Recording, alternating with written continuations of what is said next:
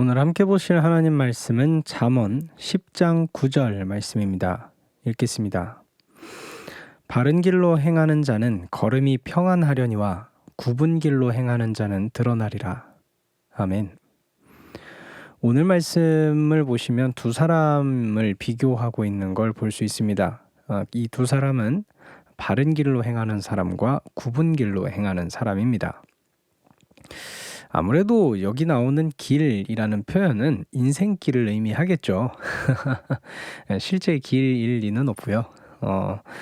그리고 여기에 나오는 이 길을 꾸며주는 바른 그리고 굽은이라는 표현은 인생길인 만큼 삶의 태도를 표현하는 말일 겁니다. 아무래도 바른 길이라는 건 정직하고 올바른 모습의 삶을 의미할 거고, 반대로 굽은 길이라는 것은 뭔가 거짓된, 뭔가 속이고 있는 옳지 않은 삶의 모습을 얘기해 주는 걸 겁니다. 오늘 말씀을 보시면 이 바른 길을 가는 사람이 평안할 거다라고 덧붙이고 있는데요. 여기까지 별다른 이견이 없이 들을 수 있는 말이죠. 올바르게 살고 있으니까 평안하게 되겠죠? 라고 이야기할 수 있을 겁니다. 그런데 굽은 길로 가는 사람에 대한 표현이 그 다음 말씀에 나오는 걸 보니 이게 묘한 거예요. 뭐라고 나와 있냐면 굽은 길로 행하는 자는 드러나리라 라고 돼 있거든요. 드러난대요. 읽으면서 뭐가? 라고 질문이 먼저 떠올랐거든요. 이게 되게 애매하게 써 있잖아요. 드러나리라. 뭐가 드러나는데? 이 생각이 먼저 드는 거예요. 그래서 이게 뭔가 이러고서는 이것만으로는 좀 해결이 안 될 것 같아서 다른 번역들을 좀 찾아봤거든요. 그랬더니 여기 나오는 이 드러난다라는 말은요, 다른 게 드러나는 게 아니고 이 사람이 살았던 삶 있잖아요. 그러니까 지금까지 이 사람이 걸어왔던 이 굽은 길, 올바르지 않았던 이 길 있죠. 그것이 드러난다는 말입니다.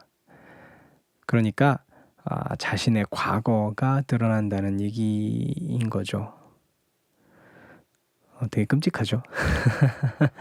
하지만 이 말씀이 바른 길로 행하는 자는 안 드러나고 굽은 길로 가는 자는 드러난다 라는 말로 보기에는 뭐라 그래야 될까요? 이게 너무 극명하고 이제 형평성에 안 맞는 얘기인 것 같아요. 그리고 뭐랄까요, 좀 이렇게 마지막 심판 때를 좀 생각을 해본다면은 요거는 아닌 것 같아요. 이게요, 모두가 드러나는 겁니다. 이거는 어떤 사람이든 자신의 과거가 모든 사람에게 다 알려집니다. 그런데 바른 길로 간 사람의 길이 드러난다고 생각해 보세요. 어떨까요? 사실 별 생각이 안 듭니다. 왜냐하면 이 사람의 과거는 정직하니까요. 바른 길로 행해왔으니까 그냥 떳떳한 겁니다. 드러나든 말든. 아니 드러나면은 나는 이만큼 살았다 오히려 자부심을 가질 수 있는 거죠. 그렇죠? 그러니까 별 문제될 게 없어요. 바른 길로 왔던 사람은요. 하지만 굽은 길, 옳지 않은 길을 간 사람은 어떨까요? 이 사람은 다릅니다. 자신의 과거가 들통나는 순간 굉장히 부끄러워지는 거예요. 부끄러움만 느끼진 않을 겁니다. 아마도 화가 날 겁니다. 아니, 거의 당연하게 화가 치밀어 오를 겁니다. 과거가 다 드러나 버리거든요. 이 길을 선택한 사람에게 있어서 자신에게 있어서 가장 최악의 경우가 자신의 과거가 드러나는 거기 때문에 화가 날 수밖에 없습니다. 그런데 그런 일이 성경은 일어난다라고 얘기해주고 있는 겁니다. 사실 이게 되게 두려운 말씀이죠. 제 스스로를 좀 돌아본다고 해도요, 이게 과거가 드러난다, 요거 상상만 해도 진짜 아찔합니다. 별로 떳떳하지가 못하거든요. 저는 아주 분명한 죄인이고 지금까지 살아오면서 잘못된 선택도 많이 했고 정직하지 못한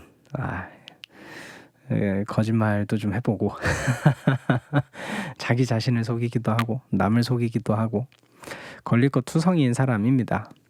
그래서 이 말씀을 읽는 데는 진짜 좀 어렵더라고요.